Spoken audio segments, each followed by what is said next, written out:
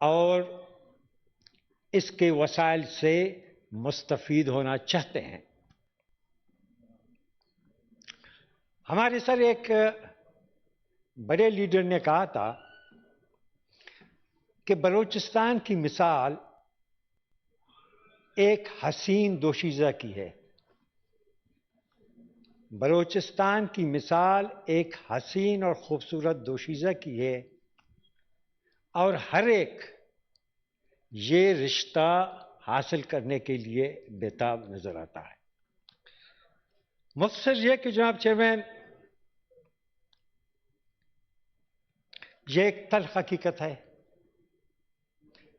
کہ پاکستان کی خارجہ پالیسی نے کبھی بھی ملک کے مفادات کی عکاسی نہیں کی، کبھی بھی عوام کے جذبات کی ترجمانی نہیں کی. ایوب خان کے زمانے سے ایوب خان کے زمانے سے لے کر پاکستان ہمیشہ امریکی پراکسی وار کا حصہ رہا. آپ ہمیشہ بڑے طاقتوں کے جھگڑوں میں فریق بنے.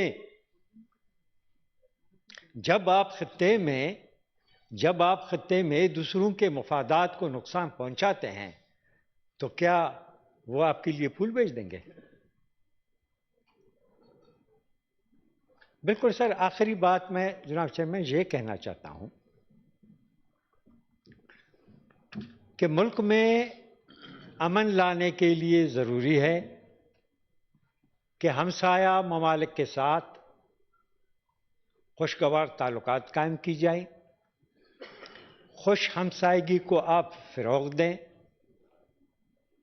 یعنی بھارت اور ایران کو تو سر وہ دور کی بات ہے، اب تو نوبت یہاں تک پہنچ چکی ہے کہ طالبان،